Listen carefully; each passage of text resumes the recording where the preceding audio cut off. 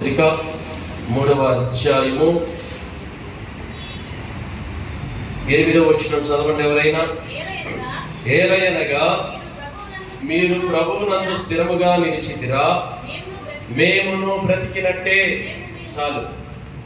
మీరు ప్రభువునందు మీరు స్థిరముగా నిలిస్తే మేము బ్రతికినట్టే అని అపోస్తలుడైన పౌలు తెస్సలోనికలో ఉన్న సంఘానికి రాస్తూ ఉన్నాడు. ప్రియమైన దేవుని బిడ్డలారా, ఆత్మీయ జీవితంలో స్థిరత్వం అనేది చాలా ప్రాముఖ్యమైనది. ఆత్మీయ జీవితంలో కదలకుండా ఒక చోట స్థిరముగా ఉండటం, ఒక విధిలో, ఒక పద్ధతిలో, అంటే ఒక అంశంలో స్థిరంగా ఉండటం, ప్రార్థనలో స్థిరముగా ఉండటం, విశ్వాసములో స్థిరంగా ఉండటం, భక్తి జీవితంలో స్థిరంగా ఉండటం అనేది చాలా ప్రాముఖ్యమైనది. అపోస్తలుడైన పౌలు గారు ఈ విషయాన్ని గుర్తించారు గనక, మీరు ప్రభునందు స్థిరముగా నిలిచితే గనక మేము, అంటే ఒక సేవకుని యొక్క బ్రతుకు జీవితం దేని మీద ఆధారపడి ఉంది? మీరు విశ్వాసములో స్థిరముగా నిలిచిన ఎడల సేవకుడు బ్రతికినట్లే. ఇంత ప్రయాసపడుతూ ఉన్నాము, ఇంత కష్టపడుతూ ఉన్నాము, సుమారుగా 10 సంవత్సరాల నుంచి మరి ఎంతో ప్రయాసపడుతూ ఉన్నాము సేవలో. ఎంతో మంది వచ్చేవారు ఉన్నారు, ఎంతో మంది పోయేవారు ఉన్నారు. కానీ మన వ్యక్తిగత జీవితాల్లో మనము స్థిరత్వం నేర్చుకుంటున్నామా? మీరు స్థిరముగా ఉంటే కనుక సేవకుడు బ్రతికినట్లే అని అంటున్నాడు. అంటే స్టాండింగ్ ఫోమ్. జీవితంలో స్థిరత్వం లేకపోతే కనుక మనం అటువంటి వ్యక్తులను చాలా చిన్న చూపు చూస్తాం. అస్థిరత్వం ఉంటే, చంచలత్వం ఉంటే, కదిలిపోతే, మనసు నిలకడగా లేకపోతే కనుక మనం అటువంటి వారిని అప్రిషియేట్ చేయం, ప్రోత్సహించం. ఉదాహరణకి చూడండి, ఒక కంపెనీలో ఉద్యోగిగా పనిచేస్తూ ఉన్నాడు. కష్టమో నష్టమో 5 సంవత్సరాలు 10 సంవత్సరాలు అదే కంపెనీలో పనిచేస్తూ ఉంటే కనుక ఏదో ఒక రోజున ఆ కంపెనీ మేనేజరు లేకపోతే ఆ కంపెనీలో ఉన్న యాజమాన్యం, అరే పలానా వ్యక్తి చాలా నమ్మకంగా పనిచేస్తున్నాడు, ఇన్ని సంవత్సరాల నుంచి జీతం పెంచకపోయినా కంపెనీలో మాత్రం చాలా నమ్మకంగా ఉన్నాడని ఏదో ఒక రోజున ఆ వ్యక్తిని ఒక మంచి స్థితిలోనికి లేక ఒక మంచి పోస్టులో పెట్టే అవకాశం ఉంది. అలా కాకుండా ప్రతిసారి కూడా కంపెనీని మార్చేస్తుంటే కనుక ఆ వ్యక్తి ఎక్కడ కూడా ప్రమోషన్ని పొందుకోలేడు.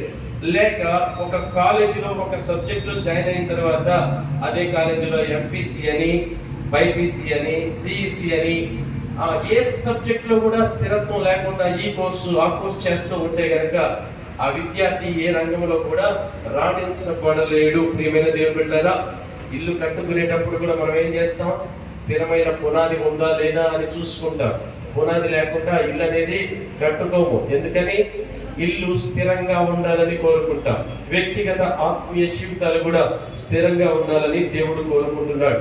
మనందరి జీవితాల్లో కూడా ఉద్యోగం స్థిరంగా ఉండాలని కోరుకుంటాం, ఇల్లు స్థిరంగా ఉండాలని కోరుకుంటాం, మన ఆశీర్వాదాలు స్థిరంగా ఉండాలని కోరుకుంటాం. మనకి ఏదైతే ఉందో అది అలాగే స్థిరంగా ఉండాలని మనం కోరుకుంటాం. అయితే ఇక్కడ అపోస్తలుడైన పౌలు గారు అంటున్నాడు, మీరు ప్రభువునందు స్థిరముగా నిలబడాలి. నిజానికి దేవునిలో ఉన్న ఒక అద్భుతమైన గుణలక్షణం ఏంటి అంటే, ఆయన స్థిరమైన వాడు. ఏంటి? ఆయన ఏ కార్యము చేసినా స్థిరమైన కార్యాలే చేస్తాడు. అందుకని ఇదిగో నేను నా నిబంధనను స్థిరపరచువాడను. ఆ విషయంలో స్థిరముగా ఉంటాడు దేవుడు.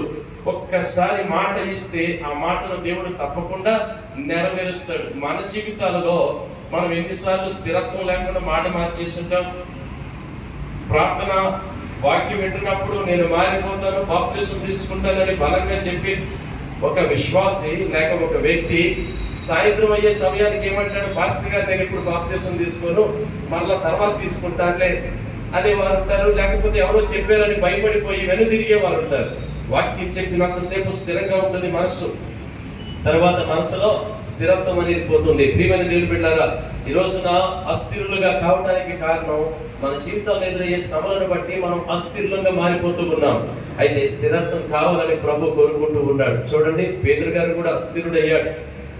నేను గత వారం చెప్పాను ఒకసారి, పేతురు గారు కూడా ఏమయ్యారు? అప్పటి వరకు యేసుప్రభు నాకు తెలుసు, యేసుప్రభు కోసం చనిపోతానన్న పేతురు గారు తర్వాత ఏమన్నారు? ఆయన ఎవరో నాకు తెలియదు అన్నారు. కానీ తర్వాత తన మనసుని స్థిరపరచు. యేసు ప్రభు అంటాడు, ఇదిగో నీ మనసు స్థిరపరచబడిన తర్వాత అనేకులను నీవు స్థిరపరచు అని. అంటే ఏంటి? మనం కొన్ని సందర్భాల్లో బలహీనం అవుతాం, మనం మనుషులంగా లోపాలు ఉంటాయి, కానీ ప్రతి సందర్భంలో అదే లోపాలతో మనం ముందుకు వెళ్ళడం అనేది మంచిది కాదు. దేవుని యొక్క వాక్యమును బట్టి మన జీవితాలను స్థిరపరచుకోవాలని ప్రభు కోరుకుంటున్నాడు. ఈరోజు దేనిని బట్టి స్థిరపరచుకుంటున్నాం జీవితాన్ని? కొన్ని సందర్భాల్లో మనం వాక్యాన్ని ఆధారం చేసుకోము. వాక్యంతో పని లేకుండానే కొంతమంది జీవితాలను స్థిరపరచుకుంటూ ఉంటారు. ఫలానా ఫలానా ఫలానా ఫలానా దగ్గరికి ఎందుకు వెళ్తున్నావు? ఫలానా దగ్గర మాకు ఇది ఇస్తారు అందుకని వెళ్తున్నాం. ఎందుకని నీ జీవితం ఆత్మీయంగా స్థిరపరచుకోలేకపోతున్నావు? ప్రభు యొక్క వాక్యం సెలవిస్తుంది, ప్రభు నందు స్థిరముగా ఉండాలని వాక్యం సెలవిస్తుంది కదా. వాక్యాన్ని బట్టి స్థిరపరచుకోవాలి కదా. స్థిరత్వం లేకుండా ఎందుకని చంచల మనసుకు కలిగి జీవిస్తున్నావు? ఎందుకని మనసు కదిలిపోతుంది?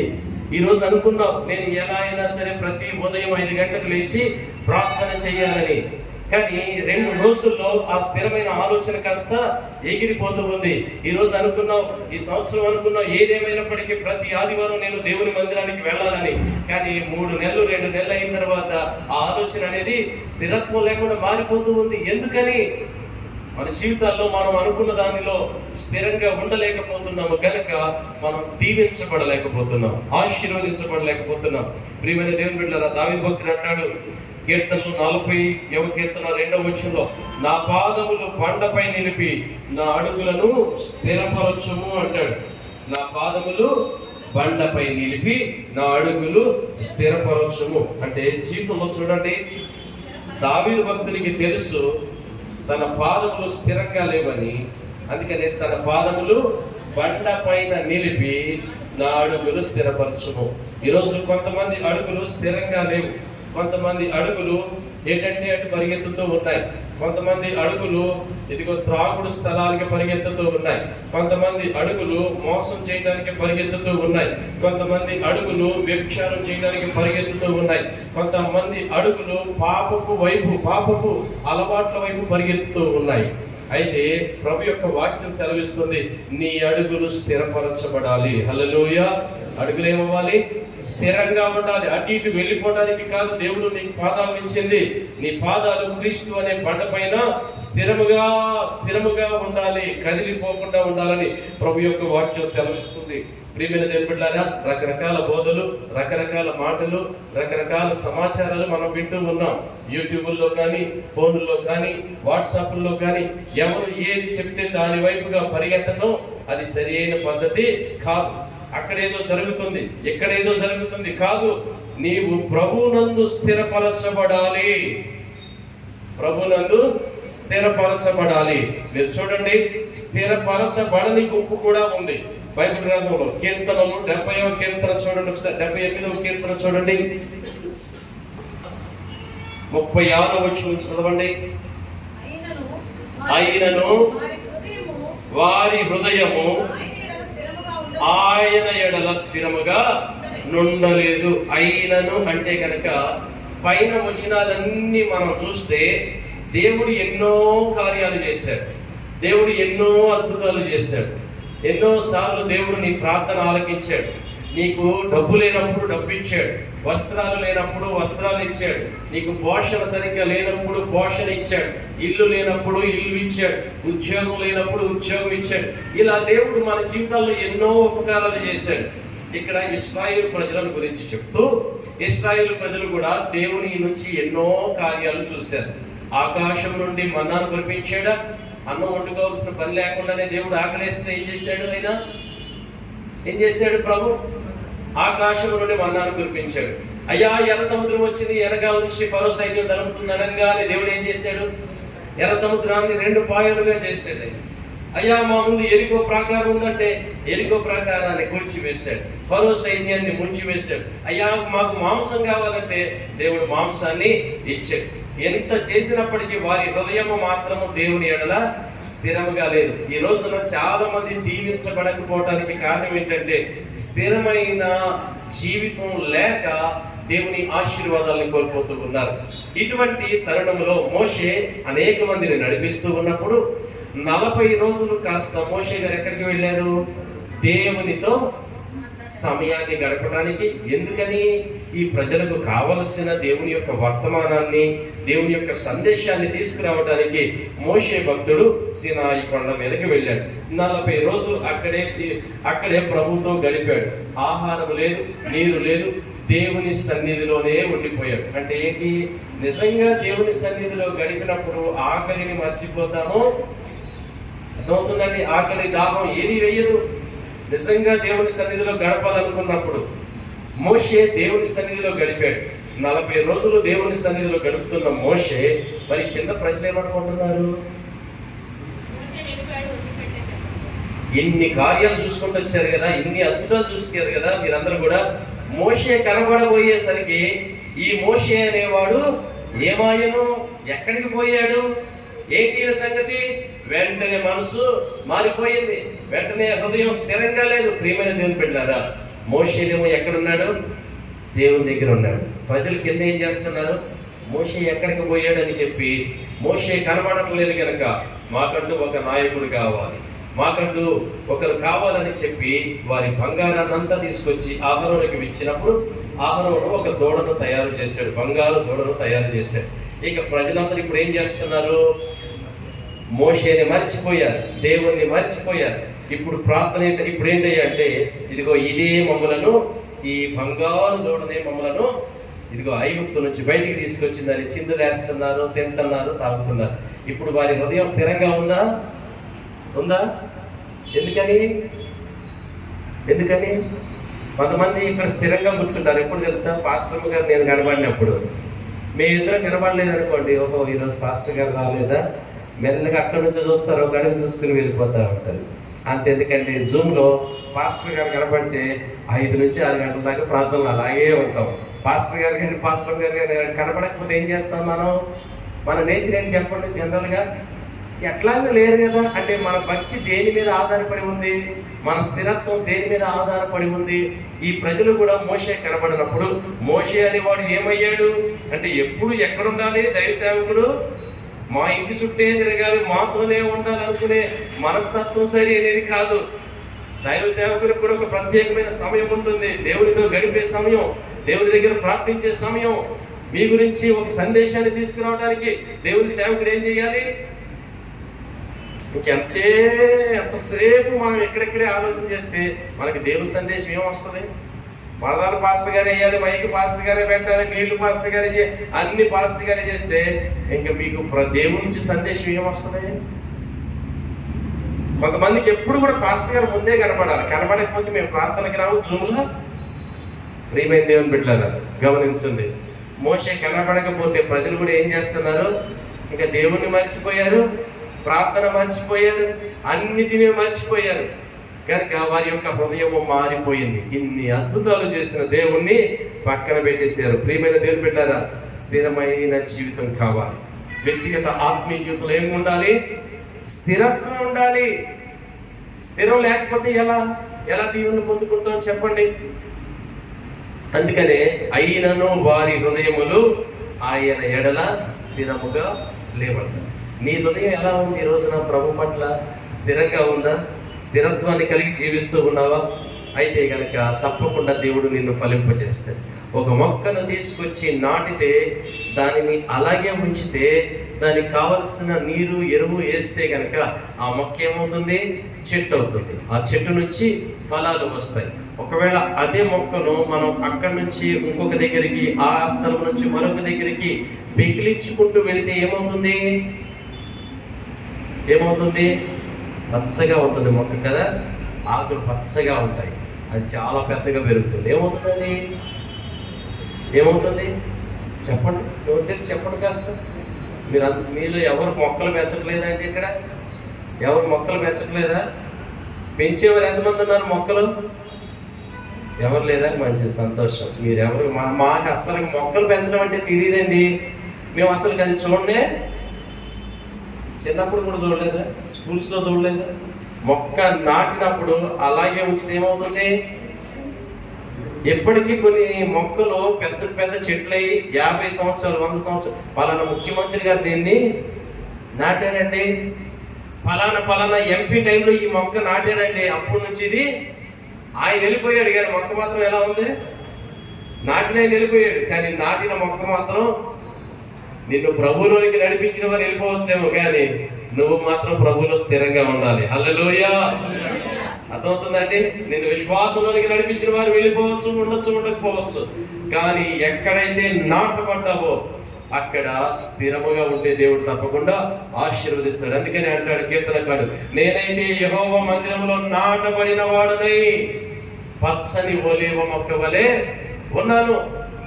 నాటబడిన అనుభవం కావాలి, స్థిరమైన అనుభవం కావాలి. వ్యక్తిగత జీవితంలో స్థిరమైన అనుభవం ఉంటే గనక దానిని బట్టి సేవకునికి ఎంతో సంతోషం కలుగుతుంది. అపోస్తలుడైన పౌలు గారు అంటున్నారు, మీరు స్థిరంగా ఉంటే మేము బ్రతికినట్టే, మీరు ప్రార్థనలో స్థిరంగా ఉంటే మేము బ్రతికినట్టే, మీరు ప్రేమలో స్థిరంగా ఉంటే, బాగా ప్రేమ వచ్చినప్పుడేమో 10 కూరగాయలు చేసేసి అమ్మగారు తినండి తినండి తినండి, అయ్యగారు తినండి తినండి అని పెట్టి మరలా 5-6 నెలల దాకా, సంవత్సరం దాకా అడ్రస్ లేదనుకోండి, ఎలా ఉంటుంది అది? స్థిరం. అర్థమవుతుందండి? ఎప్పుడు కూడా స్థిరమైన జీవితం కావాలి.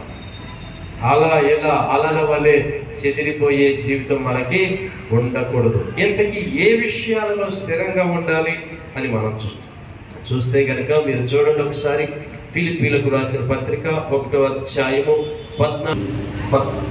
మరియు సహోదరులైన వారిలో ఎక్కువ మంది నా బంధకముల మూలముగా ప్రభువునందు స్థిర విశ్వాసము గలవారై నిర్భయముగా దేవుని వాక్యము బోధించుటకు మరి విశేష ధైర్యము తెచ్చుకొనిరి. మనము ఏ విషయాలలో స్థిరంగా ఉండాలి అంటే కనుక విశ్వాస విషయములో స్థిరంగా ఉండాలి. చెప్పండి, ఇప్పుడు ఏ విషయంలో స్థిరంగా ఉండాలి? విశ్వాస విషయంలో స్థిరంగా ఉండాలి. విశ్వాసము అనగా నమ్మకం. దేని మీద నమ్మకం? ఎవరి మీద నమ్మకం? మీరందరూ విశ్వాసులే కదా, మీ పేరు విశ్వాసులు అని పెట్టారు కదా. మనందరిని ఏమంటారు? సహజంగా భక్తులు అనరు, మనల్ని ఏమంటారు? అంటే ఏంటి? మనకి విశ్వాసం ఉంది, ఒకటి నమ్మాం. మనం ఏమని నమ్మారు? మీరు ఏమని నమ్మారు? ఏమో అయ్యారు, అది కూడా మీరే చెప్పుకోండి. మాకైతే ఏదో అప్పుడు పాస్టర్ గారు వాక్యం చెప్పారు, పాపం మారు మనసు పొందమన్నారు, బాప్తిజం తీసుకున్నాం, అయిపోయింది. ఇంకా తర్వాత మా నమ్మకం ఏంటో, మాకు బైబిల్ ఏంటో కాదు. మనం ఒక విశ్వాసం అంటే ఏంటి? యేసుక్రీస్తు జనన మరణ పునరుద్ధానములను నమ్మాము. నీతిగా జీవించాలి, పరిశుద్ధంగా జీవించాలి, ఎక్కడికి పోకూడదు, ప్రభువునే గట్టిగా పట్టుకోవాలనే నమ్మకం మనలో ఉంది. ఇప్పుడు మీకు పెళ్ళయింది, 5 సంవత్సరాలు అయింది, గర్భఫలం లేదు. ఇప్పుడు ఎక్కడ ఉండాలి? నువ్వు నీ విషయంలో స్థిరత్వం ఉండాలి. అర్థమవుతుందా? కానీ మనం ఏం చేస్తాం? ఎవరో ఏదో చెప్తారు, విశ్వాసంలో ఏమైపోతాం? అస్థిలో విశ్వాసం పక్కన పెట్టేస్తాము. ఇప్పుడు ఎవరో చెప్పిన దానిని పాటిస్తాం. అనారోగ్యం వచ్చింది, ఎవరో అన్నారు, కాలుకు కాస్త మెడకు కాస్త రెండింటికి కట్టేస్తే పోద్ది కదా, 2 కలిపి కడితే ఇంకా బాగుంటుంది, పైకి వెళ్ళిపోతాయి. మన వాళ్ళకి అదొక స్టైల్, ఫ్యాషన్ అయిపోయింది ఇప్పుడు కాళ్ళకి చేతులకి కట్టుకోవటం కదా. విశ్వాసం దేని మీద ఉంది? ఎవరు పెట్టారా? దేవుని మీద విశ్వాసం ఉండాలి. ఆ విశ్వాసంలో స్థిరత్వం ఉండాలి. 4 నెలలు దేవుడిని ఆరాధిస్తారు, మరి 4 నెలలు ఏం చేస్తారు? దేవుడు ఏం చేయలేదు కనుక ఎకసాలు మందిరం చాలు, ఇంకో దారికి. కొంతమంది శ్రమలు వస్తే నిలబడరు, కష్టాలు వస్తే నిలబడరు. కానీ ఇక్కడ ఏమంటున్నాడు? నా బంధకముల మూలమున మీరు స్థిరమైన విశ్వాసము. కష్టాలు శ్రమలు వస్తే ఏం చేయాలి? విశ్వాసంలో ఏం చేయాలి? మనం స్థిరంగా ఉండాలి. పాస్టర్ గారికి కష్టం వచ్చింది, మీరేం చేయాలి? ఏం చేయాలి? మీరు అమ్మాయి ఎట్లా పాస్టర్ గారు దుకాణం మూసేశారు, సంఘాన్ని మూసేశారు కనుక మనం కూడా లేదు.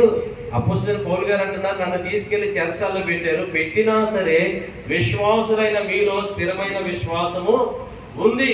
అంటే ఏంటి? ఎన్ని బంధకాలు ఉండొచ్చు, ఎన్ని శ్రమలు ఉండొచ్చు, ఎన్ని కష్టాలు ఉండొచ్చు, విశ్వాస విషయంలో మాత్రము మనము దేవునిని విడిచిపెట్టకూడదు. విశ్వాసంలో స్థిరంగా ఉండాలి. విశ్వాసంలో అర్థమవుతుందండి? దేవుని మీద మనసు పెట్టుకోవాలి. ఈ కార్యం దేవుడు చేస్తాడు, నాకు గర్భఫలం దేవుడు ఇస్తాడు, నాకు ఉద్యోగం దేవుడు ఇస్తాడు. ఆ స్థిరమైన విశ్వాసం నీలో ఉన్నప్పుడు దేవుడు తప్పకుండా కార్యాన్ని జరిగిస్తాడు. విశ్వాసం లేకపోతే, అందుకని అన్నాడు, విశ్వాసం లేకపోతే దేవుడు కూడా కార్యాన్ని జరిగించడు. విశ్వాసము దేవుని యొద్దకు వచ్చుబడి ఏం చేయాలి? ఆయన ఉన్నాడని, ఆయన ఫలము దయచేయబడని, నీకేది కావాలో అది ఆయన ఇస్తాడని నమ్మి తీరాలి. అది విశ్వాసం. ఈ రోజున మన విశ్వాసం చెదిరిపోతుంది. కొన్ని సందర్భాల్లో ఏదైనా బలహీనత వచ్చింది, ఏదైనా కార్యం జరగలేదు, వెంటనే విశ్వాసం ఏమైపోతున్నాం? బలహీనమైపోతున్నాం. విశ్వాసంలో స్థిరమైన జీవితం లేదు. ఒకప్పుడు స్థిరంగా ప్రార్థన చేసేదానికి, ఇప్పుడు ప్రార్థన ఉందా? ఒకప్పుడు దేవుడితో ఎంతో సహవాసం ఉండేది, ఇప్పుడు సహవాసం ఉందా? ఒకప్పుడు వాక్యం చదివేవారు, ఇప్పుడు వాక్యం చదువుతున్నామా? ఒకప్పుడు దేవుడు అంటే ఎంతో ప్రేమ, ఇప్పుడు అది ఉందా?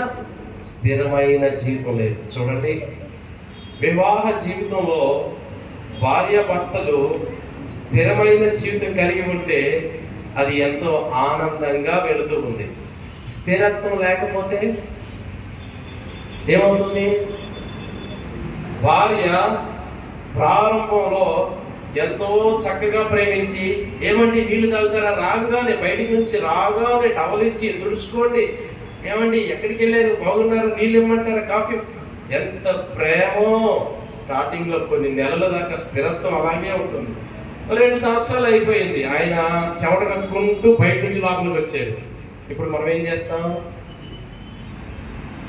చెప్పండి? ఆయనే చూసుకుంటాడు. నీళ్ళ అక్కడ తాగెళ్ళి, కాఫీయా ఇదిగో పెట్టుకోవచ్చుగా. అర్థమవుతుందా? అదే భర్త అయితే ఏం చేస్తాడు తెలుసా? కాళ్ళు నవ్వుతున్నారు, నేను చెప్తే వాళ్ళ గురించి. పెళ్ళైన స్టార్టింగ్లో కారు ఎక్కుతుంటే కూడా మరీ దగ్గరుండి డోర్ తీసి లోపల కూర్చో కాదంటారా? అవసరమైతే బండి మీద వెళ్తుంటే అమ్మో దుమ్ము పడితే నా హెల్మెట్ తీసి, ఎంత ప్రేమో. ఫస్ట్ నా స్థిరం కదా. సంవత్సరం దాకా, 2 సంవత్సరాల దాకా ఎంత ఉంటాం? 2-3 సంవత్సరాలు దాటిన తర్వాత మన ప్రేమ స్థిరత్వం ఉందా చెప్పండి? ఇక్కడ నుంచి మనం ఏం చేద్దాం? స్త్రీలైన వారు ఏం చేయాలి? స్థిరమైన ప్రేమను చూపించండి. హల్లెలూయా. స్థిరమైన నమ్మకం ఉన్న చోట చూడండి. నమ్మకం విషయంలో కూడా ముందు నువ్వు నమ్ముతున్నావు, నమ్మినప్పుడు ఎటువంటి సందేహాలు రావు, ఎటువంటి అనుమానాలు రావు, ప్రేమ కుటుంబం చక్కగా వెళ్ళిపోతుంది. ఎవరో చెప్పారు నీకు, ఏమని? అక్క అన్న బండి మీద వెళ్ళాడా, ఎవరినో చూశారు అక్క వెనకాలని. అప్పటి నుంచి మీకేముంటుంది? మెల్లగా అనుమానం అనే విత్తనం సాతానుడు వేసేసాడు. అయిపోయింది. వాళ్ళకి వేసాడు. ఎట్లా? ఆయన ఫోన్ చేస్తాడు నీకు 2 సార్లు, busy, the subscribing your calling is busy అని. ఆయనకు డౌట్, మెల్లని అనుమానం అనే విత్తనం. ఎవరితో మాట్లాడుతుంది నా భార్య? అర్థమవుతుందా? నమ్మకం విషయంలో అస్థిరత్వాన్ని కలుగజేశాడు దుష్టుడు. అందుకని ఇప్పుడు ఏమైపోతుంది? అనుమానం ప్రారంభం అయిపోయింది. ప్రియమైన దేవుని బిడ్డలారా, మీరు వివాహము జరిగిన రోజున ఎటువంటి ప్రేమ, ఎటువంటి నమ్మకం కలిగి ఉన్నారో, ఇప్పుడు కూడా అటువంటి నమ్మకం, అటువంటి ప్రేమ కలిగి ఉంటే కుటుంబం ఎంత హాయిగా ఉంటుంది. అంత హాయిగా చెప్పండి మీరు. ఏమనండి? కాదు కదా. మీరు అది పెంచుకోండి. ప్రేమలో, నమ్మకత్వంలో ఏం కావాలా? స్థిరత్వం కావాలా, స్థిరమైన మనసు కావాలా. ఎప్పుడు ప్రేమ పెరుగుతూ ఉండాలి. అమెరికన్స్ ఏం తెలుసా? 60 అయినా సరే స్వీట్ హార్ట్ అని అనుకుంటారు. అంటే ఏంటి? భార్యను పట్టుకుని ఏమంటారు? స్వీట్ హార్ట్ అని అంటారు. పాస్టర్ గారు ఎప్పుడు కూడా, నేనున్న ఇంట్లో పాస్టర్ గారిని స్వీట్ హార్ట్ అని, అంటే ఏం కావాలి? ఇంత ప్రేమగా ఉంటారు వాళ్ళు. మనకు వచ్చేపాటికి 60 దాకా కాదు, పెళ్ళైన 1 సంవత్సరం 2 సంవత్సరాలు దాకా భార్యను ఎట్లా ట్రీట్ చేయాలో, ఏమనాలో అనేస్తాం. భర్తను ఏ విధంగా చూడాలో, ఇద్దరి మధ్యలో ప్రేమ స్థిరంగా ఉండాలి. విశ్వాసం ఏం కావాలి? చూడండి, హెబ్రీయులకు రాసిన పత్రిక 11వ అధ్యాయం 27వ వచనంలో చూడండి.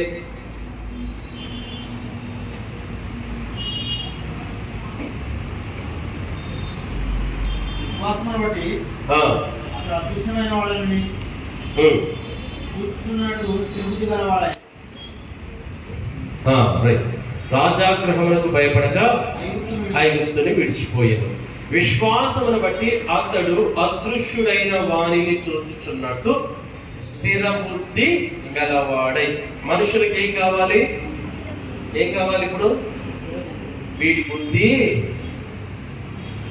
ఎప్పుడు స్థిరం కాదురా అంటారు. అంటే ఏంటి? మైండ్ అనేది ఎప్పుడు కూడా ఒక దాని మీద కాన్సన్ట్రేషన్ చేయరు. కొంతమంది చూసారు ఎప్పుడైనా? వారి మైండ్ పొరపాటున ఒక దాని మీద ఉండదు, ఎప్పుడు మారిపోతూ ఉంటుంది, స్థిరమైన బుద్ధి ఉండదు. ఇక్కడ విశ్వాసులకు ఉండవలసినది స్థిరమైన బుద్ధి కావాలి.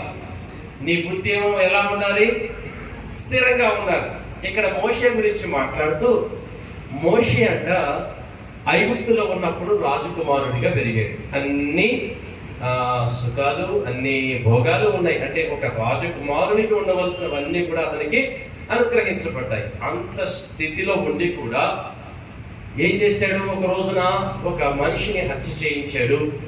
తిరిగి అతను ఆ మనిషిని చంపినందుకు రాజుగారి దగ్గరికి వెళ్ళి క్షమాపణ అడిగి, రాజా ఏదో జరిగిపోయింది, నేను అనుకోకుండా చేశాను అనే విషయం కంటే కూడా దేవుని విషయమైన నిందను అనుభవించి దేవుని ప్రజల కొరకు శ్రమపడాలన్న స్థిరమైన బుద్ధి అనేది అతనిలో ఉంది. ఈరోజు మన బుద్ధి మారిపోతూ ఉంటుంది. ఏ విధంగా? ఈ రోజే అంటాడు భార్య దగ్గరికి వచ్చి, నేను పొరపాటున రేపటి నుండి తాగనే నీ మీద ఒట్టు అంటాడు. రేపు మరలా సాయంత్రం వచ్చే సమయానికి ఎలా వస్తాడు? ఫుల్ లోడింగ్లో వస్తాడు అన్న కదంటారా? అంటే బుద్ధి ఏమైపోయింది? ఈ బుద్ధి మారిపోయింది. ఈ రోజే అంటాడు, మాటిస్తాడు, రేపు ఇచ్చేస్తానని. రేపు వచ్చేపాటికి బుద్ధి అంటే, ఎందుకంటే మనకి ఇల్లు కిరాయికి కావాలనుకోండి, మనం వెళ్తాం. వెళ్ళినప్పుడు వాళ్ళు ఏమంటారు? రేపు వంటిచ్చేయండి, మీకు మేము ఇచ్చేస్తాం, రేపు అయిపోతుందిలే అంటారు. రేపు వెళ్ళిన తర్వాత వాళ్ళు ఏం చేస్తారు? వెంటనే ఏం చేస్తారు? బుద్ధి మార్చేసుకుని వేరే వాళ్ళు వచ్చేసారు, లేకపోతే మా భర్త గారి ఫ్రెండ్స్ ఎవరో అంటే ఏమైపోయింది? నిన్నటి బుద్ధి ఈ రోజు ఉందా? మనిషి ఎప్పుడు బుద్ధి మార్చేసుకుంటాడు. ఈ రోజున్న బుద్ధి రేపు పొరపాటున ఉండదు. కానీ విశ్వాసులకు ఏముండాలి? స్థిరమైన బుద్ధి ఉండాలి. ప్రభు కొరకు స్థిరంగా ఉండాలి. ఉదాహరణకి ఉద్యోగం లేదు మా వెంకటికి అనుకున్నాడు, గవర్నమెంట్ ఉద్యోగం వచ్చిందంటే ప్రభువా నా మొదటి శాలరీ మొత్తం కూడా నీకే అనుకున్నాడు. అనుకున్నప్పుడు స్థిరత్వం ఉంది. ఉద్యోగం వచ్చింది, మొదటి శాలరీ వచ్చింది. ఇప్పుడు ఏం గుర్తొస్తున్నాయి ఆయనకన్నీ? ఇదివరకు చేసిన అప్పులన్నీ గుర్తొస్తా ఉన్నాయి, ఇదివరకు ఉన్న అవసరాలన్నీ గుర్తొస్తా ఉన్నాయి. ఇప్పుడు అనుకుంటాడు, మనసు ఏమైపోతుంది? లోపల బుద్ధి అనేది స్థిరంగా ఉండదు. అప్పుడు ఈసారి వచ్చినప్పుడు ఇద్దాంలే, ఈసారి వచ్చినప్పుడు అంటే మనకి లేనప్పుడు మనం ఏమనుకున్నాం? స్థిరం. వచ్చేదాకా కూడా స్థిరత్వమే, రేపు ఉద్యోగం అన్నదాకా కూడా స్థిరత్వమే, ఉద్యోగం వచ్చిన తర్వాత స్థిరత్వమే. జీతం వచ్చే సమయానికి బుద్ధి ఏమైపోతుంది? మనది మనుషులుగా మన బుద్ధి మారిపోతుంది. అందుకని దేవుడు అంటున్నాడు, స్థిరమైన బుద్ధి కలిగి జీవించండి. స్థిరమైన బుద్ధి కలిగి జీవించాలి. ఈరోజు ఎటువంటి బంధం కలిగి ఉన్నావు సేవకులతో? 1 సంవత్సరమైనా 2 సంవత్సరాలైనా ఏం కావాలి? అదే స్థిరమైన బంధం కలిగి ఉండాలి. ఈరోజు బాగా రాసుకుని పూసుకుని రేపటి దినాన్న మీరెవరు మాకు అలా అన్నట్లే ఉండకూడదు. మన బంధం కూడా ఎలా ఉండాలి? స్థిరంగా ఉండాలి. మన జీవితంలో మన బుద్ధి, మన మనసు స్థిరంగా ఉండాలి. అందుకని దావీదు భక్తుడు అంటాడు, అయ్యా నా అంతరంగములో స్థిరమైన మనసును పుట్టించు. మనుషులుగా మనకి స్థిరమైన మనసు ఉండదు, మారిపోతూ ఉంటుంది. చూడండి, పిల్లల్ని షాపుకి తీసుకువెళ్తే కనుక వాడు ముందు హాల్లోకి వెళ్ళంగానే మమ్మీ నాకు ఇది కావాలంటాడు. కాస్త లోపలికి వెళ్ళిపోయిన తర్వాత అది వద్దు, ఇప్పుడు ఏమంటాడు? ఇది కావాలంటాడు. ఇంకాస్త లోపలికి వెళ్ళామనుకోండి, ఆ రెండింటిని పక్కన పెట్టేస్తాడు, మూడోది ఇది అంటే ఏంటి? స్థిరమైన మనసు అనేది పిల్లలకి ఉండదు. పెళ్లిలో కూడా నాకు ఈ అమ్మాయి వద్ద, నేను పెళ్లి చేసుకున్న తర్వాత అయితే ఎవరేమంటారు సమాజంలో చెప్పండి? అర్థమవుతుంది అండి? స్థిరమైన మనసు కావాలంట మనిషికి. ఆ స్థిరమైన మనసే వివాహ జీవితాన్ని నడిపిస్తుంది.